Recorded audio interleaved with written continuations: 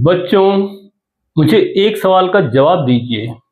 अगर आप किसी बॉडी को यूनिफॉर्म स्पीड से चलाए रखना चाहते हैं किसी एक डायरेक्शन में, तो क्या आपको फोर्स चाहिए होगा?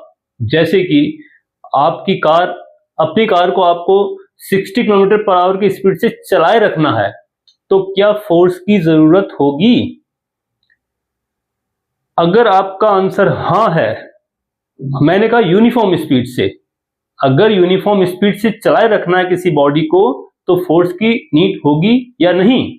अगर आपका आंसर हाँ है, तो आपका ब्रेन उन्हीं साइंटिस्ट की तरह सोच रहा है जो गैलीलियो से पहले सोचते थे। मगर गैलीलियो ने इस बात को गलत साबित किया। उन्होंने बताया कि अगर बॉडी को यूनिफॉर्म स्पीड से चलाए रखना है तो एक बार चला के छोड़ दीजिए, उसके बाद अगर वो चलती ही रहेगी, स्टॉप नहीं होगी जब तक उस पर कोई एक्सटर्नल फोर्स ना लगाया जाए। मतलब ये है कि बॉडी को यूनिफॉर्म वेलोसिटी से चलाए रखने के लिए फोर्स नहीं चाहिए, बट एक शर्त है कि कोई अपोजिंग फोर्स, कोई रेजिस्टिव फोर्स नहीं लगना चाहिए बॉडी पर।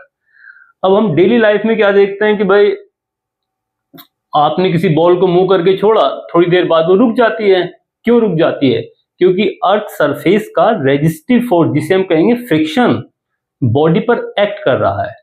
आपने ऑब्जर्व किया होगा कि अगर आप एक रफ सरफेस से आपने बॉल को छोड़ा उसी स्पीड से, और उसी स्पीड से आप एक स्मूथ सरफेस पे छोड़े जैसे ये, तो स्मूथ सरफेस पर बॉल दूर तक जाती है, रफ पे जल्दी रुक जाती है, क्योंकि स्मूथ सरफेस पे फ्रिक्शन कम है और रफ सरफेस पे फ्रिक्शन ज्यादा, रेजिस्टिव फोर्स ज्यादा लग रहा है, दैट्स वाई।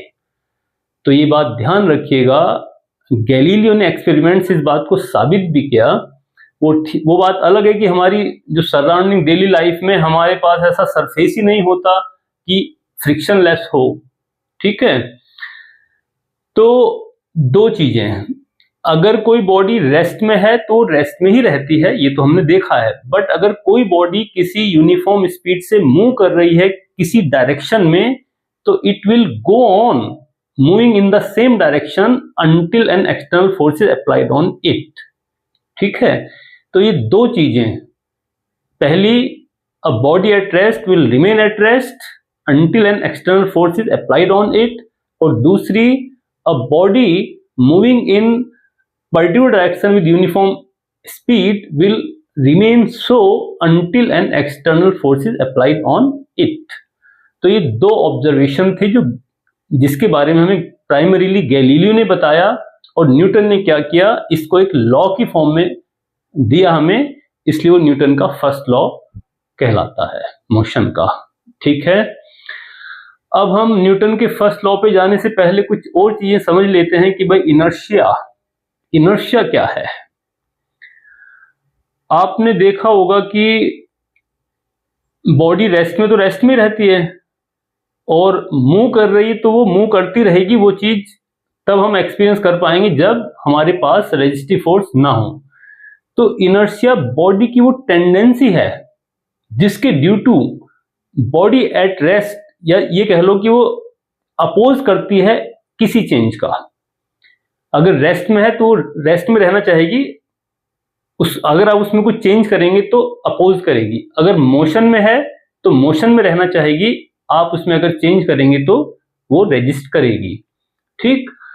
और वैसे भी आप समझ सकते हैं कि भाई बाई फोर्स आप मूव करोगे ना, आपको फोर्स लगाना पड़ेगा, इसका मतलब कोई रेजिस्टेंस इज देयर, और मूविंग बॉडी को रोकना है तब भी आपको फोर्स लगाना पड़ेगा, it means some resistance is there ना।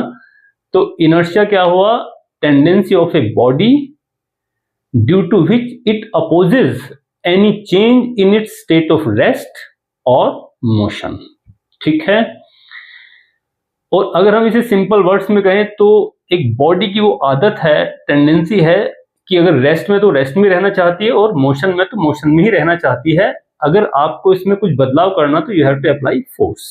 फोर्स इसका उल्टा है, फोर्स एक वो कॉज है जो किसी बॉडी को which is at rest make in motion, और अगर कोई मूविंग बॉडी है तो स्टॉप्स, ठीक है। तो अब न्यूटन के फर्स्ट लॉ की बात करते हैं तो न्यूटन के फर्स्ट लॉ में दो कंपोनेंट हैं, एक रेस्ट वाला एक मोशन वाला। तो इसी को कंबाइन करके न्यूटन का फर्स्ट लॉ ले सकते हैं, a body at rest will remain at rest and a body moving in uniform motion on a straight line will remain so until an external force is applied on it। तो दो बातें, body एक rest में है तो rest में रहेगी, और अगर यूनिफॉर्म वेलोसिटी से मूव कर रही है तो वो विल रिमेन सो जब तक कि कोई बाहर से हम फोर्स ना लगाए। ठीक है, अब हम मेन इंपॉर्टेंट चीज है इसका एप्लीकेशंस। एक चीज और समझ ले पहले, देखो इनर्शिया बॉडी की इनहेरेंट प्रॉपर्टी, यानी हर बॉडी में होगा, आप उसे रिमूव नहीं कर सकते हैं, और ये मास पे डिपेंड करती है, क्योंकि मास आप मासलेस बॉडी को बना नहीं सकते हैं, और इनर्शिया मास की वजह से होता है, और जितना ज्यादा मास उतना ही ज्यादा इनर्शिया। ठीक, तो जिस बॉडी का मास ज्यादा उसमें ज्यादा इनर्शिया, और जिसका कम उसमें कम इनर्शिया। ठीक है, तो अगर कोई बॉडी रेस्ट में है तो रेस्ट में रहेगी, बात क्लियर है। तो अगर ऑलरेडी रेस्ट में तो उसमें इनर्शिया कैसा है, रेस्ट का इनर्शिया दो तरह का हो जाएगा आपका, इनर्शिया टू टाइप का, वैसे थ्री टाइप का भी ले सकते हैं, एक इनर्शिया ऑफ रेस्ट और इनर्शिया ऑफ मोशन। कहीं कहीं आप इनर्शिया ऑफ डायरेक्शन भी, बट उसकी नीड नहीं है ऐसी, इनर्शिया ऑफ डायरेक्शन भी ले सकते हैं आप, बट नॉट सो। अब कैसे पता करें कि बॉडी में इनर्शिया ऑफ रेस्ट है कि इनर्शिया ऑफ मोशन, ये बहुत जरूरी है। इसकी हेल्प से आप रीजनिंग को बहुत आसानी से लिख सकते हैं, और आप सीख जाएंगे कैसे लिखना है आज ही इसी वीडियो में, अगर आप एंड तक देखते हैं। अगर बॉडी रेस्ट में है ऑलरेडी तो उसमें इनर्शिया ऑफ रेस्ट है, सिंपल बात, और वो अगर मोशन में है, जब आपने ऑब्जर्व करना शुरू किया, अगर वो मूविंग है तो उसमें इनर्शिया ऑफ मोशन है, ये ध्यान रखना है। ठीक, और इनर्शिया ऑफ रेस्ट की वजह से बॉडी क्या करेगी, रेस्ट में रहना चाहेगी, और इनर्शिया ऑफ मोशन की वजह से बॉडी मोशन में रहना चाहेगी। ये बात ध्यान रखिएगा।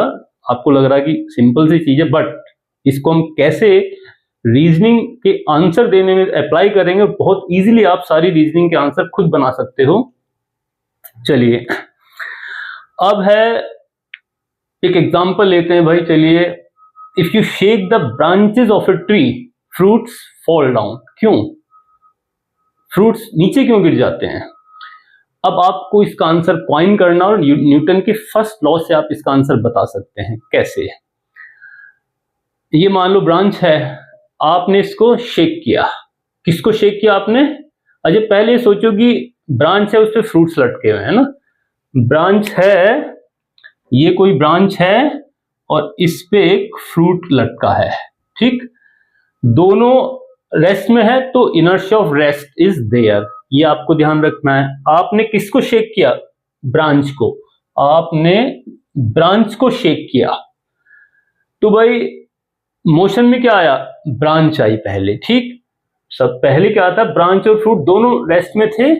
आपने ब्रांच को शेक किया, मूव किया, तो ब्रांच मोशन में आ गई, but fruit remains at rest. Fruit rest में क्यों रह गया भाई? इनर्शिया ऑफ रेस्ट की वजह से, बिकॉज पहले तो रेस्ट में था ना वो। तो when we shake the branch, branch comes in motion but fruit remains at rest due to inertia of rest. अब सोचिए, तो मोशन में आ गई, वहीं का वहीं है, तो खट नीचे गिर जाएगा। ये बात समझ गए हो?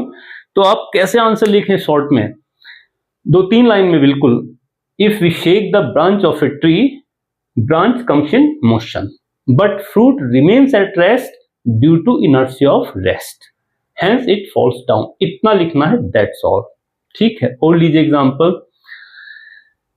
इफ अ बस और train suddenly starts to move, passengers inside the train feels a backward fall और जर्क। क्यों भाई, ऐसा क्यों होता है? आपने बहुत बार एक्सपीरियंस किया होगा कि आप बैठे हैं और सडनली बस चल रही, आप पीछे की तरफ गिर जाते हैं, और कुछ खड़े हुए लोग तो गिर ही जाते हैं नीचे, है ना?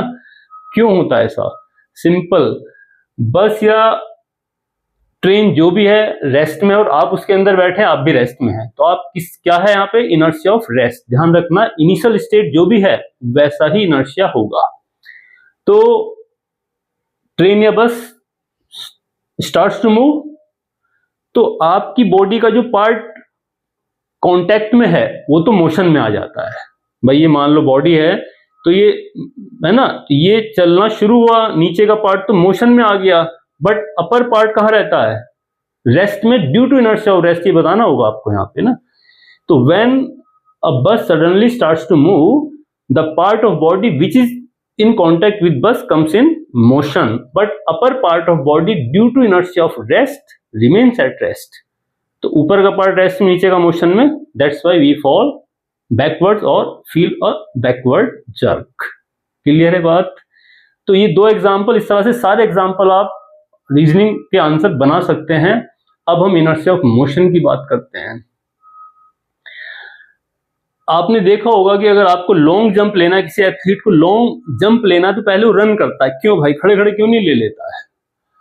क्योंकि वो हेल्प करता है, रनिंग है ना, इनर्शिया ऑफ मोशन हेल्प कर रहे हैं यहाँ पे आपकी। कैसे?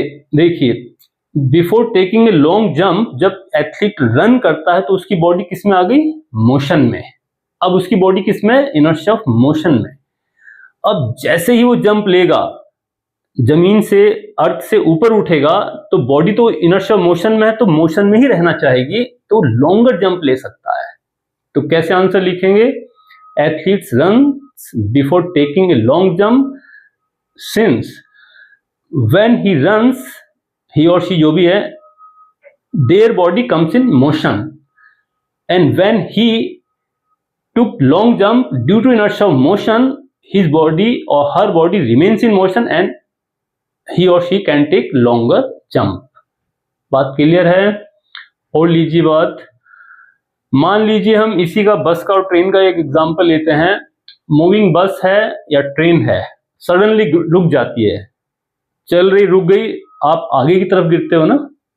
ये आपका कॉमन एक्सपीरियंस होगा, कभी ना कभी जरूर किया होगा। क्यों ऐसा होता है? पहले आपको ये सोचना है कि मोशन में है बस, किस में है? मोशन में। आपकी बॉडी भी मोशन में है, तो inertia of motion is there. ठीक? एज बस और train suddenly stops, the part of our body which is in contact with the bus और train comes at rest, but upper part remains in motion. तो आपका lower part rest में आ गया, upper part motion में, तो आप आगे की तरफ ही गिरोगे ना। तो कैसे लिखोगे? When a moving train or bus suddenly stops, the part of our body or passenger's body comes to rest, but upper part, due to inertia of motion, remains in motion. Hence, passenger experiences forward jerk or fall. तो clear है बात? तो इस तरह से Newton का first law inertia हम, और उस पे बेस्ड रीजनिंग हम तैयार या बड़े अपने आप आंसर दे सकते हैं। न्यूटन के फर्स्ट लॉ को हम गैलीलियोज लॉ भी कहते हैं, गैलीलियोज लॉ ऑफ इनर्शिया भी कहते हैं, simply law of inertia. Okay.